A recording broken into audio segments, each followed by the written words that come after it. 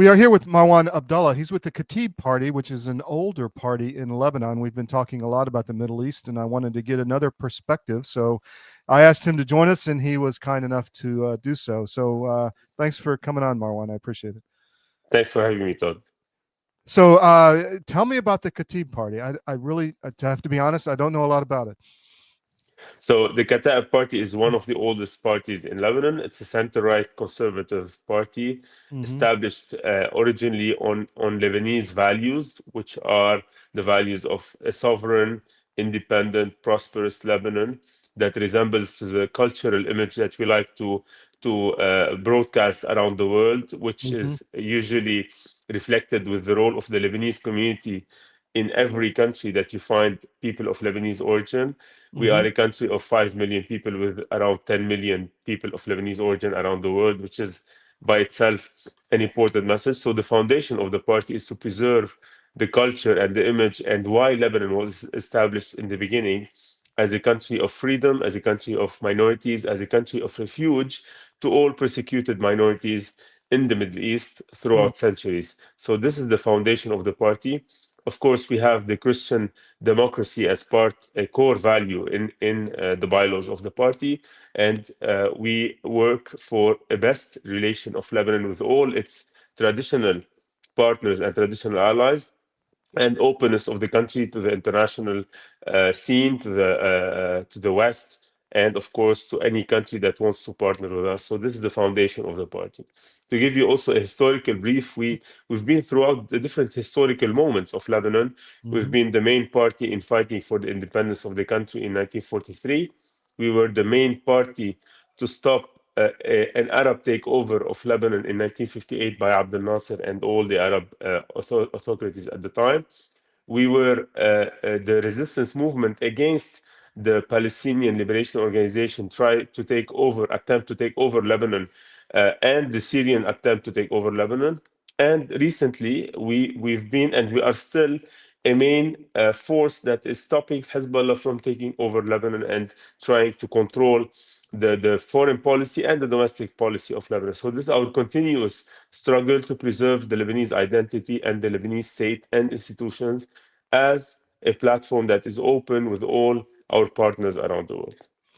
So that begs the question. So the Christian community and Maronite Christian, I believe this Kataeb is a Maronite party, correct? Yes, yes. So the Christian community has shrunk from upwards of 70% down well below 40. And you Yeah. know, you had the civil war, you had the Syrian occupation, and now you have 2 million Sunni in Lebanon refugees from the Assad regime. Where does your community stand right now, and where do you see it going forward? So when you want to look at the Christians of Lebanon, you have to have a different mindset than when looking at the Christians of the Middle East. Why Mm-hmm. is that? And Mm-hmm. we had a conversation about this. The Mm-hmm. Christians of Lebanon enjoyed throughout history Mm-hmm. political freedom, economic freedom, and freedom of opinion.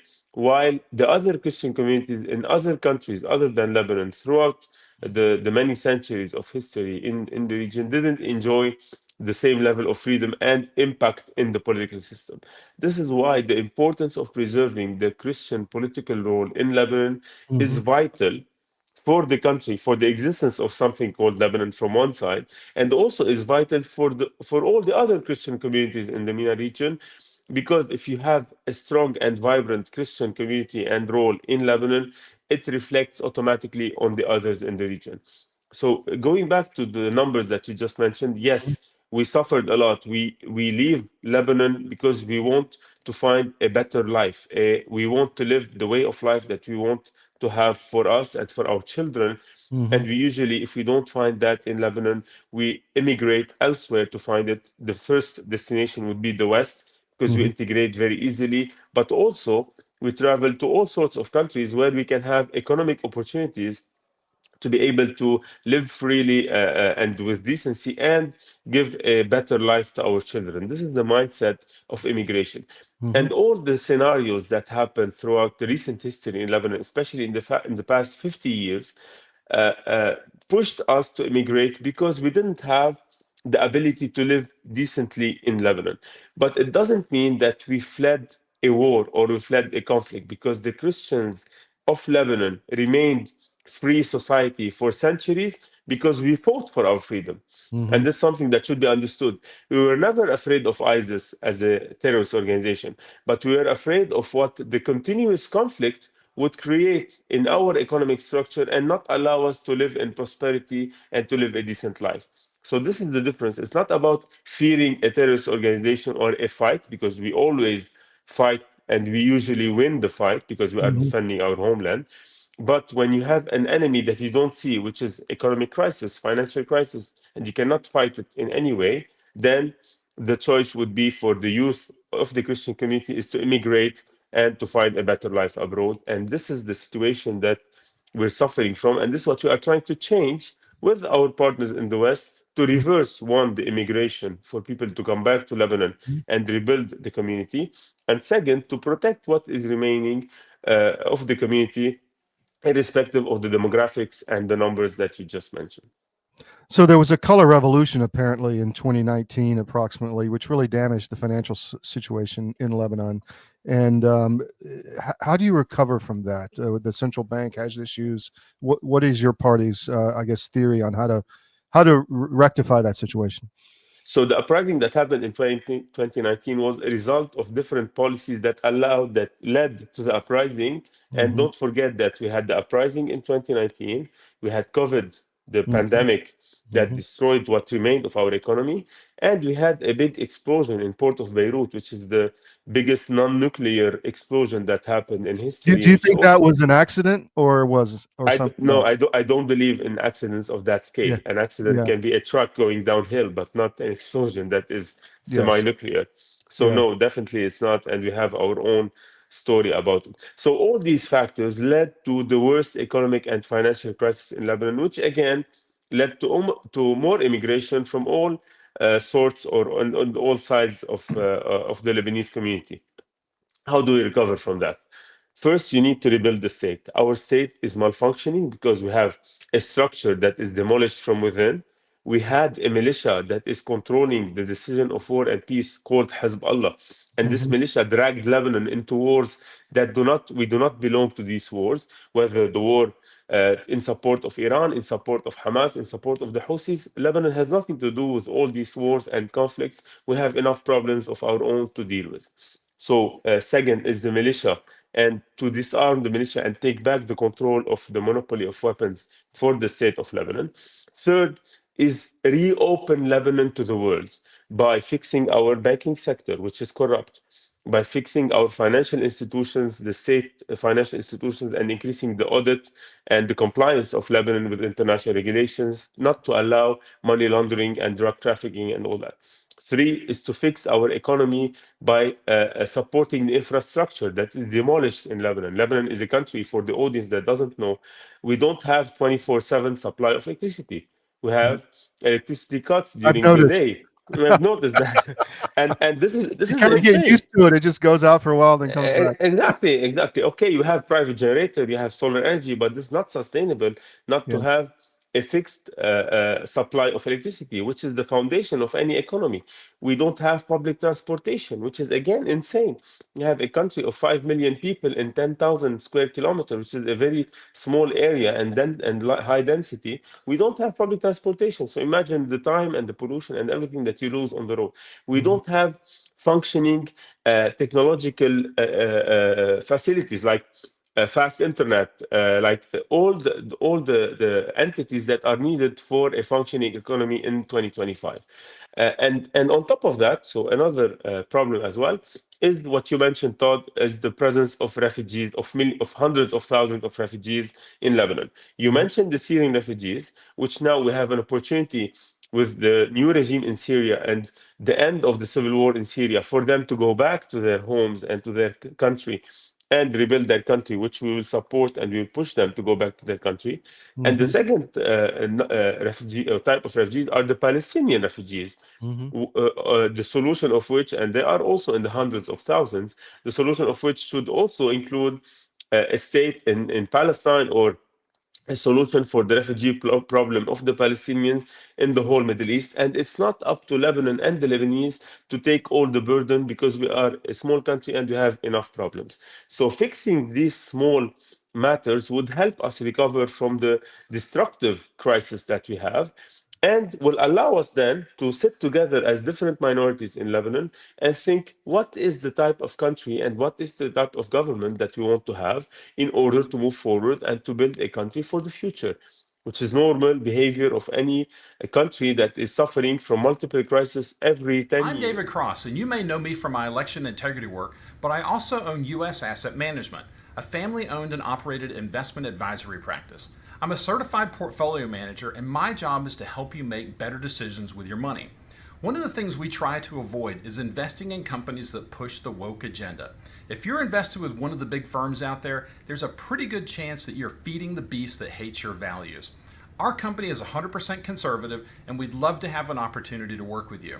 Check us out at us-am.com and look for our big, proud American Eagle logo.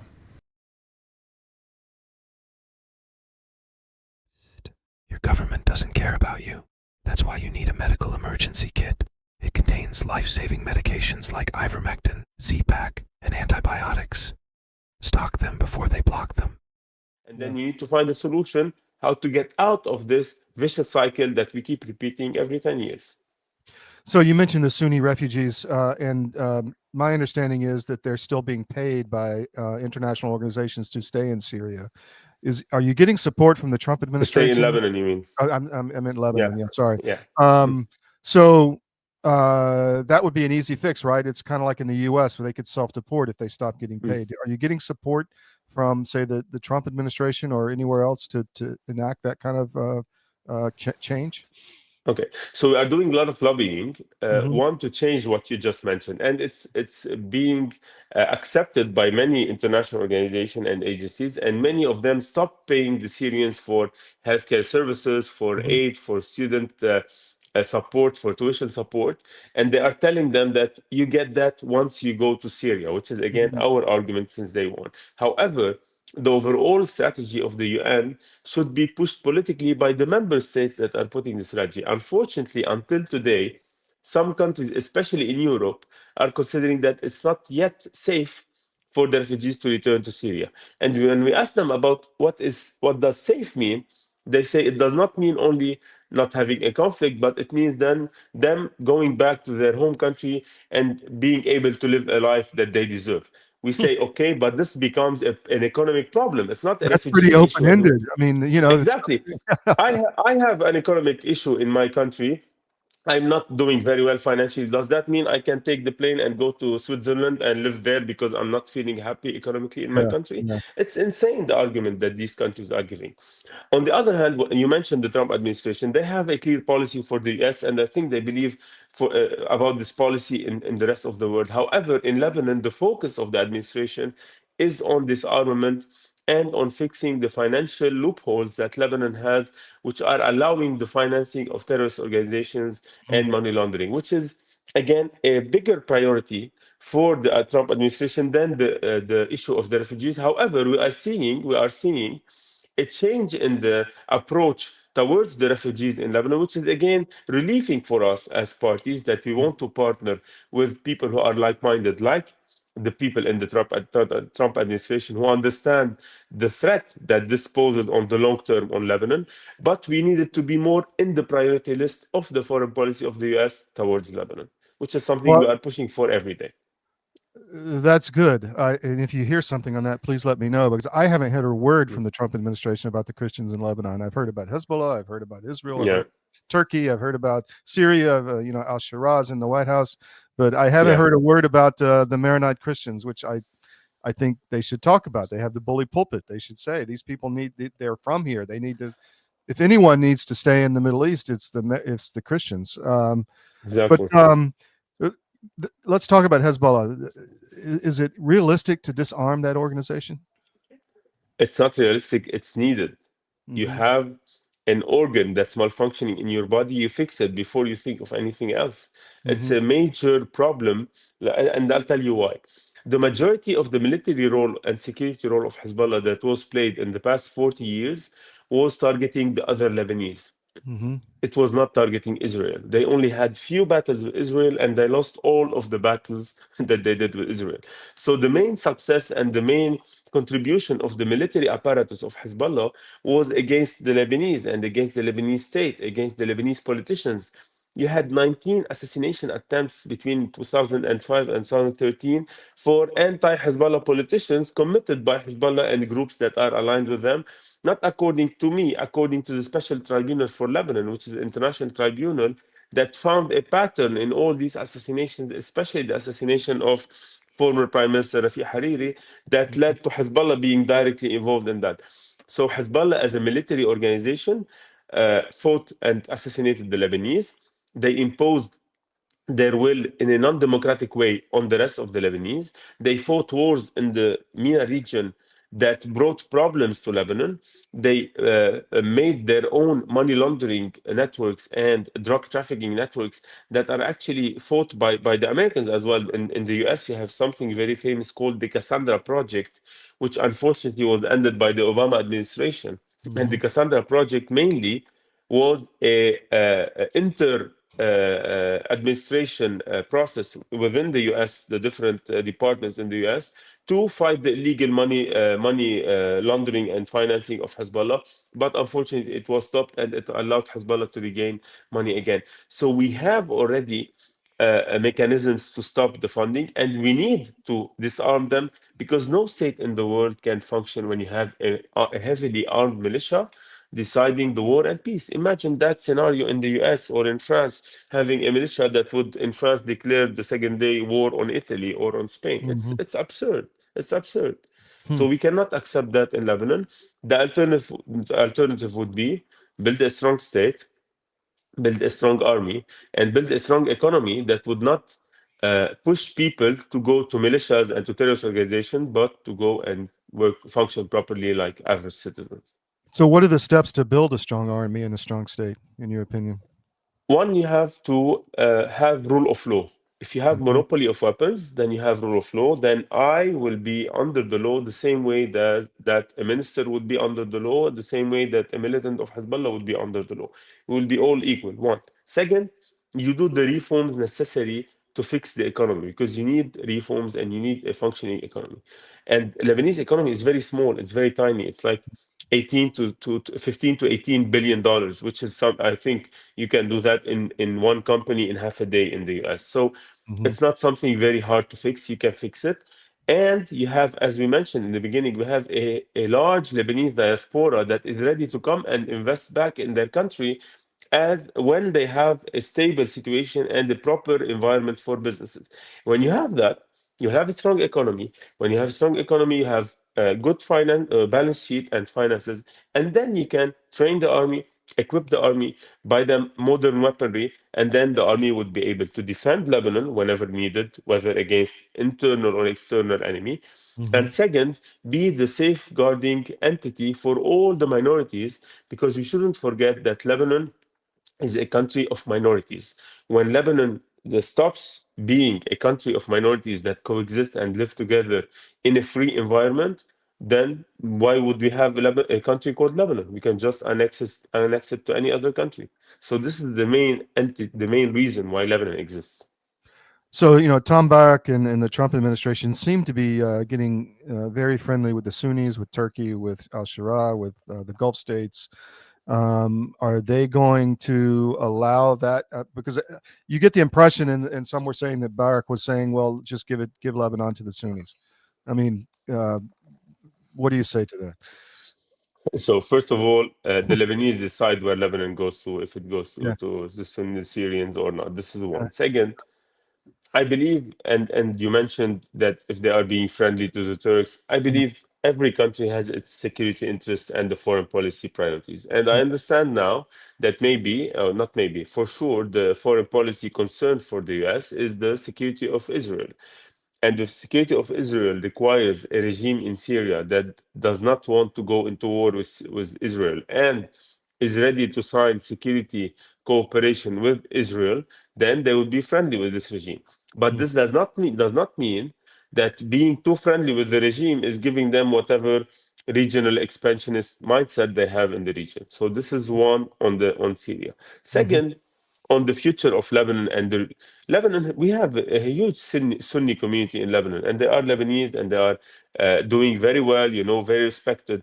But we need to build with them a system that is functioning for all the different minorities. And if that means that the Sunnis of Lebanon, would use their relations with Syria and Turkey for the benefit of Lebanon, why not? Like me as a Christian in Lebanon, I would use my relation with the West and with Americans as the like-minded groups to help me, one, remain free in this part of the world. Second, to help me prosper in my country. So if everyone uses their regional relations and alliances for the benefit of the country, it would be the best case scenario.